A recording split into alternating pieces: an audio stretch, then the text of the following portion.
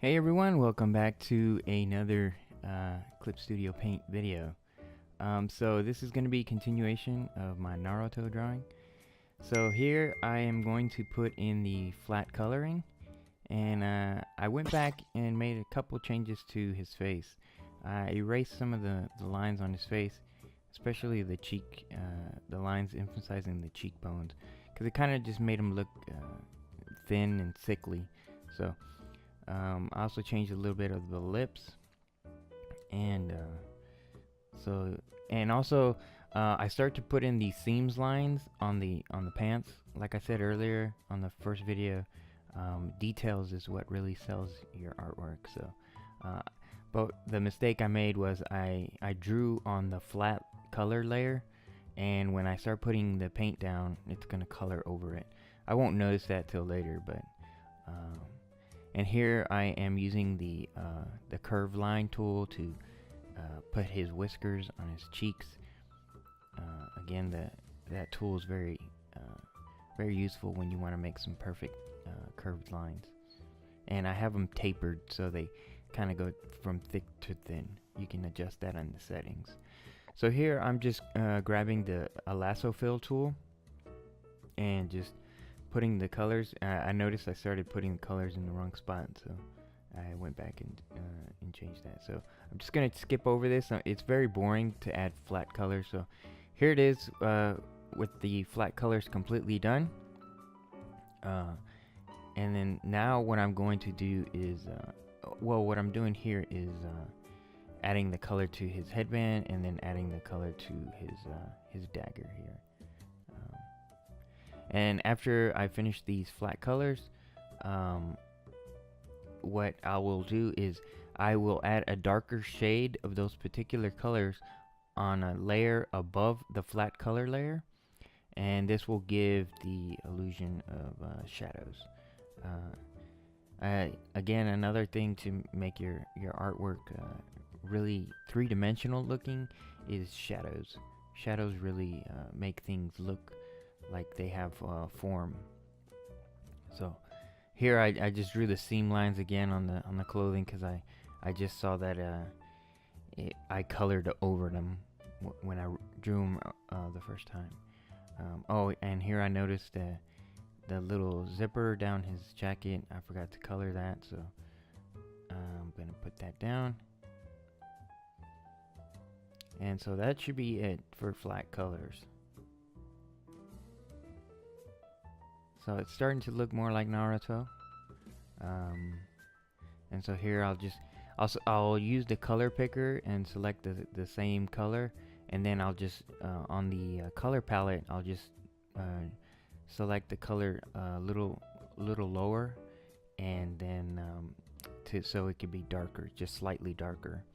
And then for the really soft edges I use the soft airbrush, but sometimes it's more beneficial to have those hard line shadows, so that it really pops and distincts between the light areas and the shaded areas. So I'm just putting in some shading here on the folds of his jacket. Now when it comes to shadows, again, you got to know where your light source is. So in my case, it's on as you're looking at the screen, it's on the right side, but it's on the left side of Naruto. So, and yeah, I don't know how to teaching shadows on your drawing is it's a whole other video in itself, but you just got to try to imagine these things in a three-dimensional space, and just think about how when the light hits it, where would the shadow fall. Now some things I admit I kind of cheated, and I put a shadow where ordinarily you wouldn't think a shadow would be, but it just makes the piece pop. So in that sense, sometimes I do cheat, but hey, it's art, you know. It's not supposed to be ultra realistic. unless that's what you're going for. But for that, I mean, if you're gonna draw ultra realistic, might as well take a picture with a camera. But so yeah, here you can see that I kind of stumbled through because I'm not particularly sure how the shadow would fall. So I kind of just try things out, and if I don't like it, I'll just erase it. Again, it's on a separate layer, so there's no fear of erasing any ink lines or any of the flat colors. So that's the good thing about working in digital. You can have multiple layers where you can try different things out. So you can kind of see it's looking more three-dimensional as I put in the shadows. I want to get some more hard lines here on the shadows, so I'm just trying that out.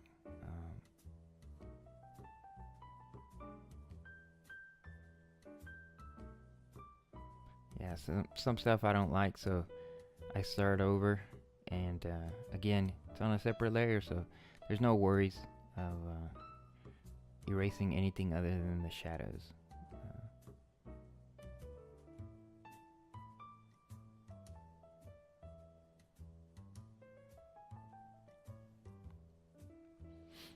So yeah, again, it's just try to think of the objects in three-dimensional.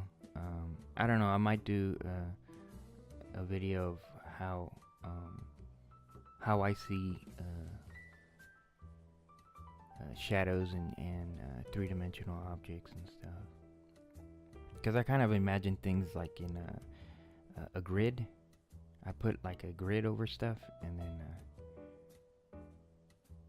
in my mind anyways, mentally, and then I kind of figure out, okay, if this object is straight up and the light's coming from the right, how would the shadow affect it on the left side, and vice versa.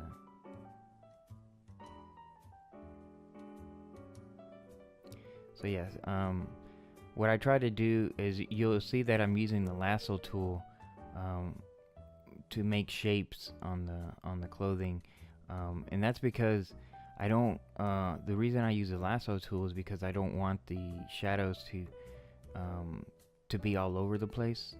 So I kind of pick area little by little, and then apply shadows. And then if I like it, okay, and then I'll continue to the next little area, put a little shadow, and if it's good, and then I'll continue on. Because if you don't use the lasso tool and you use just the spray can and or the airbrush tool, and you just start applying the shadow, it kind of looks flat, because you're kind of putting the same shadow intensity everywhere. So it's for me, I found out through trial and error that it works best if you select small areas at a time, and then apply where the shadow would be, and then if you like it, just move on to the next area. Yeah, that's the way it works best for me. And you can do the same thing for the light. Here, after I'm finished with the shadows, adding the shadows to the clothing, I'll use the same technique on a different layer, but I'll change the property of the layer to glow, and then add just pure white to certain areas where the light's hitting the character, so that it looks like there's kind of like a shining glow wherever the light's hitting him.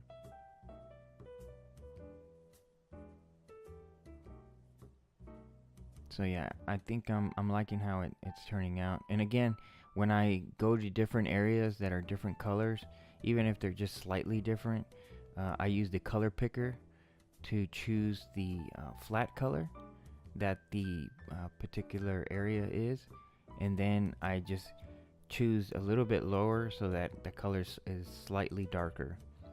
So the shadows on the orange, though that is actually still an orange color, is just slightly darker. So, and here on the pouch, I selected the flat color of the pouch, and then on the color palette, choose something slightly darker.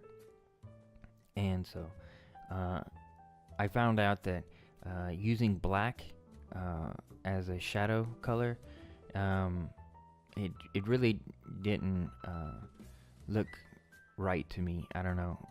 Maybe people have better luck, but for me, I like just using the original color and then choosing a darker shade of that. Here you can see I'm adding some hard line shadows, like underneath that first ring of the boot, because I'm just imagining that, yeah, that part would be a hard shadow. It wouldn't be a soft gradient fade. Again, that's something, you know, you have to just imagine an object in three-dimensional space, and then how would the light look on it. So here I tried the hard shadow line, but it didn't look natural, so I went with the soft gradient with the airbrush, and then later I went in and added the hard line shadows in smaller details. And the same thing with the face. You just pick the skin tone color and then slightly darker shade of that color, and then yeah. So for the face, I don't think I used too many hard lines. Using hard lines means that there's a sharp, like a sharp edge to an object, and most anatomy, or just the human body itself, doesn't have too many angular sharp turns. So everything's soft and round on people's faces. Now if you're going for like a real cartoony look, then yeah, you can do the hard edges. I believe it's called cell shading, but I'm kind of going for somewhat a realistic but not too realistic kind of a look. So I wanted to keep the shading on his face smooth. And then here I noticed that his hand is mostly, or actually that right hand is all under shadow if the light's coming from the opposite side. But I left his fingertips kind of in the light, because it kind of shows that they're kind of peeking out where the light is there. And so, but you can see like the shadow falls on all the four fingers in the same angle across like the top knuckles and stuff. And the same thing with this hand. Most of this is in shadow. So yeah, the underside of the palm and pretty much all the fingers are in shadow.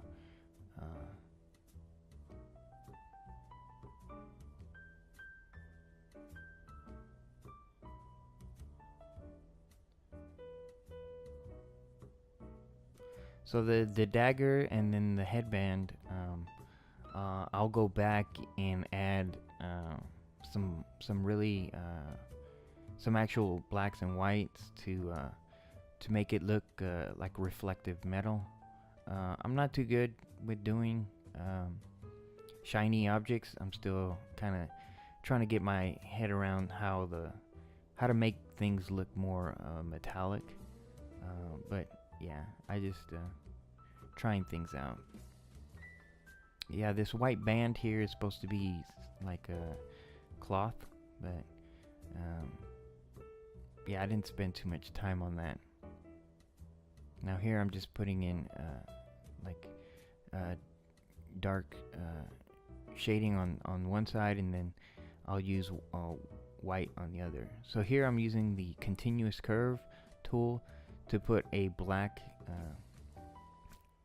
kind of like an outline on one side of the headband, and then a white line on the other side. So the black line is supposed to indicate the thickness of the plate, and then because it's on the left side, it's in the shadow, so I made the line black. And then on the opposite side, I used a white line to show the thickness, but the thickness of the plate in on the light side. Now hair, I'm not really good at hair, so here I'm just using the lasso to fill just little chunks of area that are dark, and I'm keeping them jagged so that it looks like little strands of hair. So I'm just trying things out. I'm not the best when it comes to hair. I'm still working on that, but at the end I think it looks pretty good. It's kind of like, I kind of like doing Sasuke hair, because Sasuke is just he has black hair, so I just painted the whole thing black. There's no highlights in his hair. I mean, it probably would have popped a little bit more if I put highlights in Sasuke's hair, but yeah, I just left it black. But Naruto has blonde hair, so he's so yeah, I'm putting a little bit of that dark shading on the eyebrows too, and then on his the rest of his hair there. Really small details. I don't know if like it'll be caught when you look at the actual piece itself, though. But that's one of the downsides about digital drawing, is that you can zoom in so tight that you can literally spend hours on a little small area, and then when it goes to print, you probably won't even see it, and so you'll have to spend all that time. So again, here I created a new layer. I changed the property of the layer to glow, and I am just adding the white paint using the airbrush tool. And now I have a Cintiq with a pressure sensitive Wacom pen, and so I'm just lightly touching the screen to apply the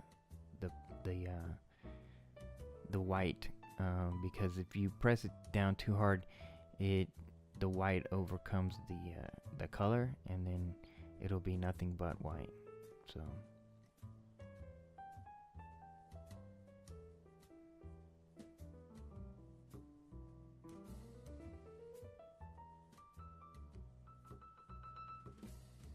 So again, just picking certain areas, and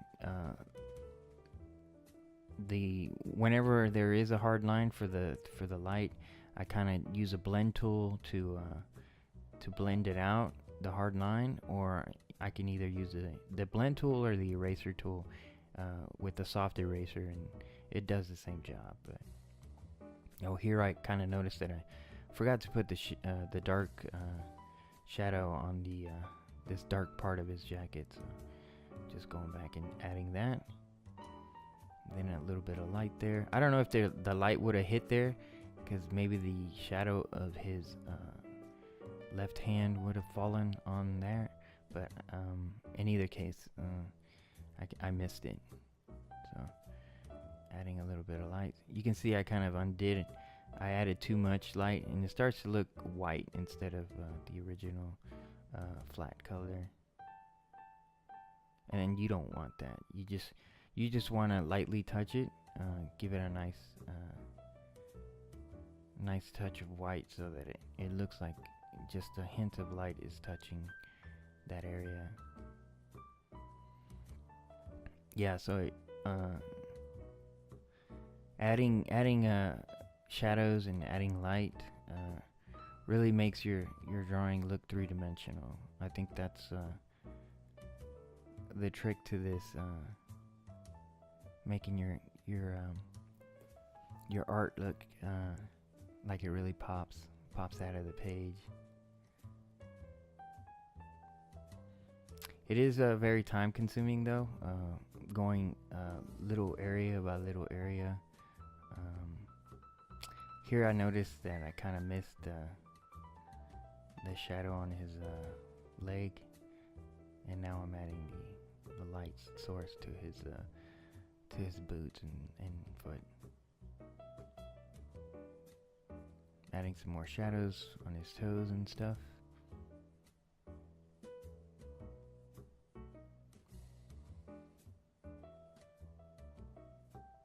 Kind of forgot to add the light source there. Now I'm gonna use a continuous curve line with the color white, and wherever the light side is of the dagger, I'll put a continuous white line with just tapering the edges so it goes from thick to thin, and wherever the dark side is, I'll put a black line, continuous line, tapered. And that's I don't know, it's again, I'm working on how to make things more metallic looking, but for right now that seems to work for me. So I think this is the final step. I'm adding the little leaf symbol. I'm adjusting it. So what I did is I create a separate layer, and so I'll use it as a reference, and then I'll draw the little leaf symbol, and I play around because I didn't want to directly draw it. I wanted to use kind of shadows like blacks and whites to indicate that that the little leaf symbol was engraved in the metallic plate, but it just quite didn't work out that way. I was just trying things out, and it just I ended up just drawing it out, so it kind of looks cartoony. It actually looks like the picture on the left, where it's just a black outline with a darker shaded gray inside. So yeah, I would have loved to have really zoomed in there tight and made it look like it was engraved inside the plate, but I think it would just, one, it would have taken too long, and then two, you probably wouldn't have been able to see it in when the final piece is completed, because it's so small. So here I erased, and I kind of goofed because I added the symbol on one of the layers that had, I think, the shading, and so I ended up erasing the shading on the plate also. So no problem. On really small area, I can go back and just add that again. So here I just did sketch the outline, and then now I'm gonna fill it with the darker shade of gray, and then just leave it like that. So yeah, all in all, it's pretty good. So there's Sasuke and there's Naruto, and so what I'm gonna do is I create a PNG of Naruto, and so what I'm gonna do is I'm gonna put them next to Sasuke, so that it looks like they're standing next to each other. Because if you remember, I used the same 3D model as I did Sasuke to create Naruto, so they're the same height and body build, so they should look nice together. So yeah, so there's the final drawing. I appreciate you guys watching. If you liked the video, please make sure to give it a thumbs up, and subscribe if you haven't subscribed. And I also have my own comic book that I created for sale on Comic Central. I'll leave a link in the description of where you can get that. Again, I hope you guys got something out of these videos, or at least found them entertaining. And yeah, so make sure to hit that like and subscribe, and I will catch you guys in the next one.